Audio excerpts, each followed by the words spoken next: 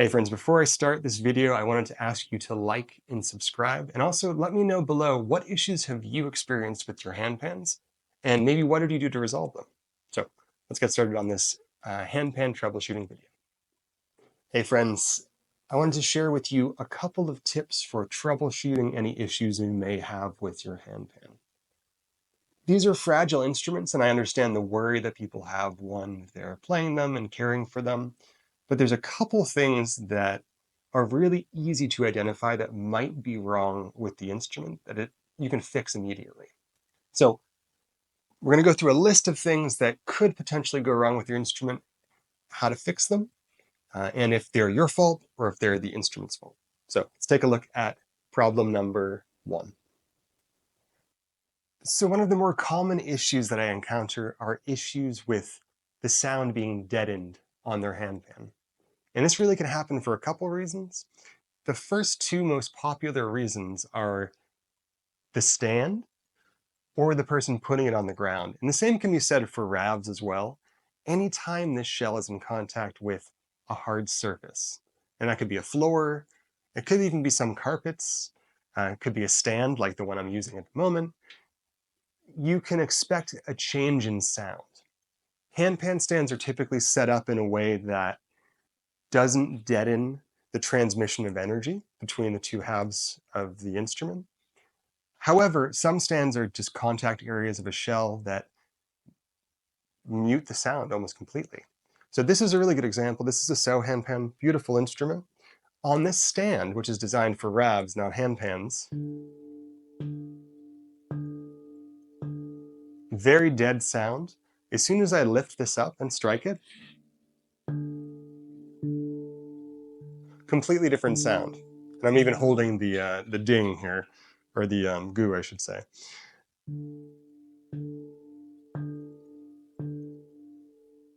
This change is just because we're putting pressure on these areas on the bottom of the instrument. The same can happen on a table. So let me show you that next.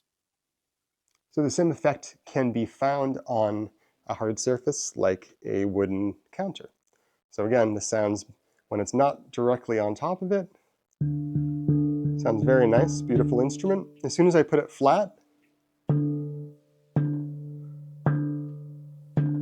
doesn't sound right. And this is solely because of the deadening of the transmission of energy from the top shell to the bottom shell. Some handpans are more sensitive to this than other ones.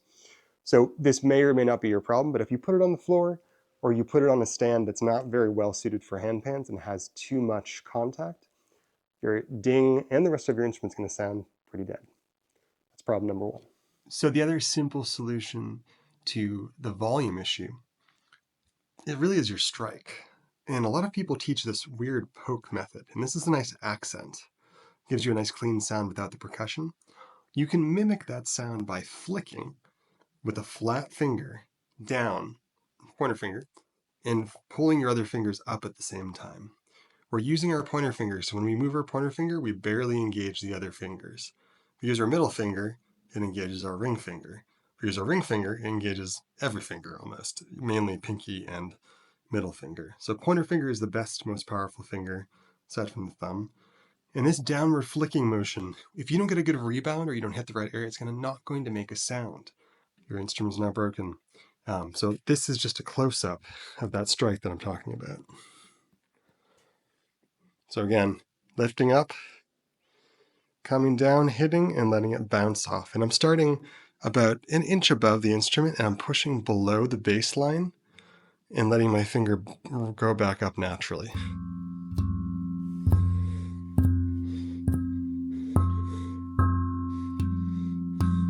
Here's an example on a side note. And I'm aiming for a little bit over the dimple on this edge or on the center ding. Although I prefer center thumb strikes unless I'm doing the outer area off the ding. But this one strike will drastically improve the sound of your playing. This requires you to pull your hand back. This you can use very little motion and get a lot of different volumes. Okay, so the second issue is rust. And rust is not the end of the world. It's not fun to find on your instrument. However, I was gifted this instrument by somebody because it was rusted, actually. It can be cleaned up relatively easily. The thing with rusted instruments is you have to be mindful of how you care for them. Always ask the handpan maker what the best care for their instrument is. There are some general recommendations, though. Using whatever oil your maker recommends is the first thing. If it's a nitrided or raw steel instrument, the care is different than a stainless steel instrument. But if you're noticing rust, you need to change the way you're caring for it. And that might mean running a dehumidifier so it's less humid in your space. It may mean coating your instrument more and also cleaning with isopropyl alcohol, wiping it down and recoating it more frequently. For instruments like nitrided steel that are more porous, that can cause problems if you're using the wrong type of oil. So you have to find what works for your instrument. But if you have a little bit of rust like this, there's many methods to remove it. One of them is a magic eraser. This is going to remove some of the color on your instruments. So I don't really recommend the magic eraser or the miracle cloth unless you're okay with removal of the color. When it oxidizes, it's basically a thin layer is created that's pretty much stopping further rust. It's basically the part that's exposed to air.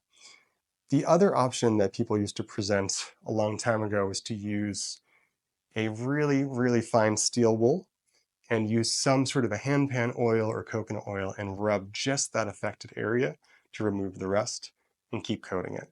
It's going to be discolored. Rust is an aesthetic issue.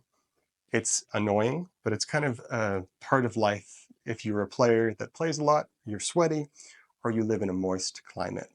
But the best advice is to ask your handpan maker first what the care should be. Follow that routine, and if that doesn't work, there's a bunch of other options as well. But coconut oil is one of the oils I use primarily. Refined coconut oil so it doesn't smell. And I clean my instruments maybe once a month with isopropyl alcohol. Nitrided instruments, I try not to use very much oil on because they're porous. Next up. Next up is tuning. The easy way to tell if your handpan's out of tune is to look up the scale that you purchased and use a chromatic tuner to check the notes. When people are tuning instruments, they use Linotune or other spectrographic tuners, so you really can't get a full understanding of whether your instrument's in tune unless you're using one of those, because that'll also give you the octave and fifth, but you could get a general sense. And again, defer back to your maker and ask them. You could send them a video, they'll be able to tell very easily. Another thing I like to do is if people have two instruments with the same notes or a similar note, if you hit both of those, your ear will be able to tell if they match or if they don't. But the main troubleshooting component, aside from them just coming out of tune, if you play in the sun, it's going to detune slightly, and it's going to go back into tune when you stop playing in the sun. However, I've had students that have said, Ricky, my instrument's out of tune. I was playing it and all of a sudden it came out of tune. And it wasn't because they did anything wrong, but what they did was leave their hands on the note, whether it's their elbow or their hand. So listen to this. This is a great instrument, very stable, and this happens on every type of instrument. This is in tune currently. If I use the heat of my hands to just say I'm talking to someone and I'm waiting to play again, when I play this, it's going to be out of tune now. Now it's flat.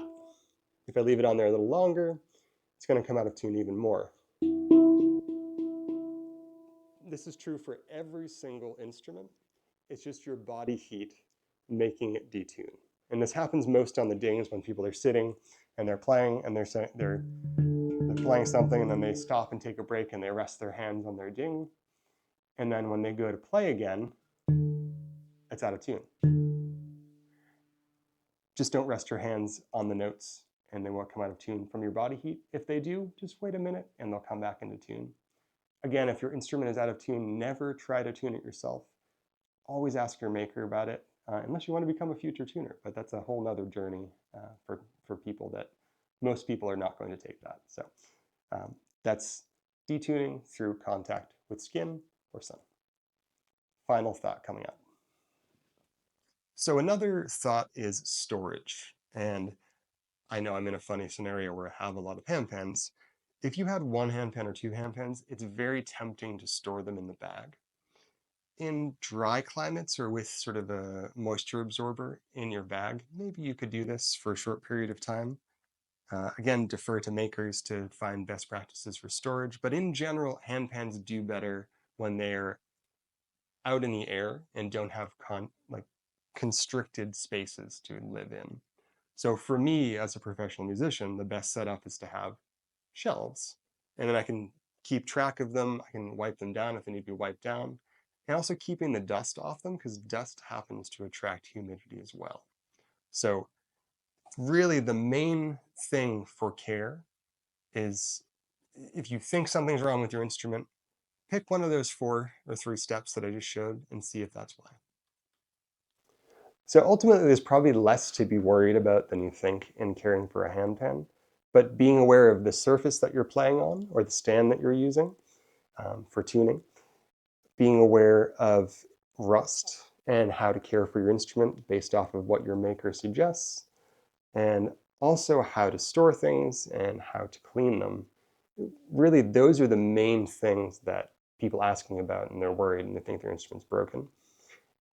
If you're looking to retune your handpan, there's tons of makers in the US, there's tons of makers in Europe, and a lot of countries have handpan tuners now. So if you can't personally send your instrument back to the maker that created it, hopefully there's a maker in your local area where you can ship it to be retuned. It's not the end of the world if your instrument has a little bit of rust, you can clean it. It's not the end of the world if your instrument comes out of tune, it can be fixed. Short of drop kicking it or dropping it on his face, which can still be repaired if a maker really wanted to invest that amount of time, it's fixable. So imagine your handpan is a temperature-sensitive gourd, and you have to be mindful to not smack it, not leave it to bake in the sun, but it's a pretty sturdy thing. So hope if you're having any of these issues that help clear up some questions you had. If you have ideas for future videos or issues that you've encountered with your own instruments, be sure to write them below.